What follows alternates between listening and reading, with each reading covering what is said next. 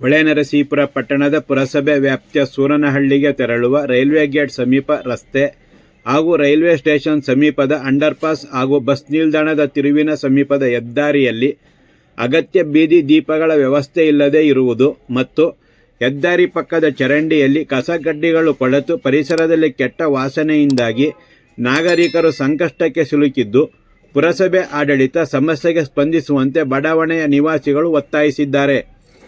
ಹೊಳೆನರಸೀಪುರ ಪಟ್ಟಣದಲ್ಲಿ ಹಾಸನ, ಮೈಸೂರು ಹಾಗೂ ಚನ್ನರಾಯಪಟ್ಟಣ ರಸ್ತೆಯಲ್ಲಿ 2 ರೈಲ್ವೆ ಕ್ರಾಸಿಂಗ್ಗಳಿದ್ದು, ಕೆಲವು ತಿಂಗಳ ಹಿಂದೆ ಒಂದು ಲೆವೆಲ್ ಕ್ರಾಸಿಂಗ್ಗೆ ಫ್ಲೈಓವರ್ ನಿರ್ಮಿಸಿದ್ದು, ಚನ್ನರಾಯಪಟ್ಟಣ ರಸ್ತೆಯ ಫ್ಲೈಓವರ್ ನಿರ್ಮಾಣದ ಹಂತದಲ್ಲಿದೆ.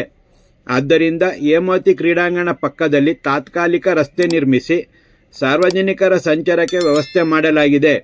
ಕೆಎನ್ಎ ಬಡಾವಣೆ ಹಾಗೂ ಸೂರನಹಳ್ಳಿಗೆ ಕಾಲ್ನಡಿಗೆಯಲ್ಲಿ ತೆರಳುವ ನಾಗರಿಕರಿಗೆ ಅಗತ್ಯ ಬೀದಿ ದೀಪಗಳ ವ್ಯವಸ್ಥೆ ಇಲ್ಲದೆ ನಿರ್ಜನ ಪ್ರದೇಶದ ಕಾರಣದಿಂದ ಅನಿವಾರ್ಯ ಸಂದರ್ಭದಲ್ಲಿಯೂ ಮಹಿಳೆಯರು ಓಡಾಡಲು ಭಯಭೀತರಾಗಿದ್ದಾರೆ ಹಾಗೂ ವಾಹನಗಳು ಸಂಚರಿಸುವಾಗ ಅದರ ಬೆಳಕಿನಲ್ಲಿ ಓಡಾಡಬೇಕಾದ ದುಸ್ಥಿತಿಯಲ್ಲಿ ಸ್ಥಳೀಯ ಜನರಿದ್ದಾರೆ.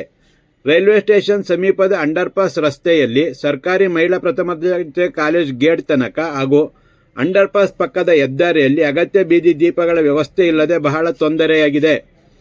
ಹಾಸನ ಮೈಸೂರು ಹೆದ್ದಾರಿಯ ಬಸ್ ನಿಲ್ದಾಣದ ತಿರುವಿನ ಪಕ್ಕದ ಚರಂಡಿಯಲ್ಲಿ ಕಸಕಡ್ಡಿಗಳು ಕೊಳೆತು ಪರಿಸರದಲ್ಲಿ ಕೆಟ್ಟ ವಾಸನೆಯಿಂದಾಗಿ ನಾಗರಿಕರು ಸಂಕಷ್ಟಕ್ಕೆ ಸಿಲುಕಿದ್ದಾರೆ.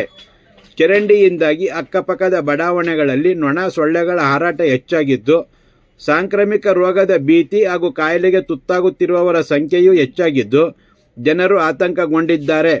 ಆದ್ದರಿಂದ ಪುರಸಭೆ ಆಡಳಿತ ಸಮಸ್ಯೆಗೆ ಸ್ಪಂದಿಸುವಂತೆ ಬಡಾವಣೆಯ ನಿವಾಸಿಗಳು ಒತ್ತಾಯಿಸಿದ್ದಾರೆ. ಸ್ಥಳೀಯ ನಿವಾಸಿ ಎಚ್ಎ ವೆಂಕಟೇಶ್ ಮಾತನಾಡಿ, ಬೀದಿ ದೀಪ ಇಲ್ಲದ ಕಾರಣ ಕತ್ತಲೆಯಲ್ಲಿ ಮಲಗಿದ್ದ ನಾಯಿಯ ಕಾಲು ತುಳಿದ ಮಹಿಳೆಯೊಬ್ಬರಿಗೆ ಬೀದಿ ನಾಯಿ ಕಚ್ಚಿತ್ತು ಮತ್ತು ರಸ್ತೆ ಪಕ್ಕದ ಗುಂಡಿಗೆ ವ್ಯಕ್ತಿಯೊಬ್ಬರು ಬಿದ್ದಿದ್ದರು. ಈ ರೀತಿಯ ಸಮಸ್ಯೆಗಳು ಪದೇ ಪದೇ ನಡೆಯುತ್ತಿದ್ದು, ತುರ್ತಾಗಿ ಅಗತ್ಯ ಬೀದಿ ದೀಪಗಳ ವ್ಯವಸ್ಥೆ ಮಾಡಬೇಕಿದೆ ಎಂದು ಒತ್ತಾಯಿಸಿದ್ದಾರೆ.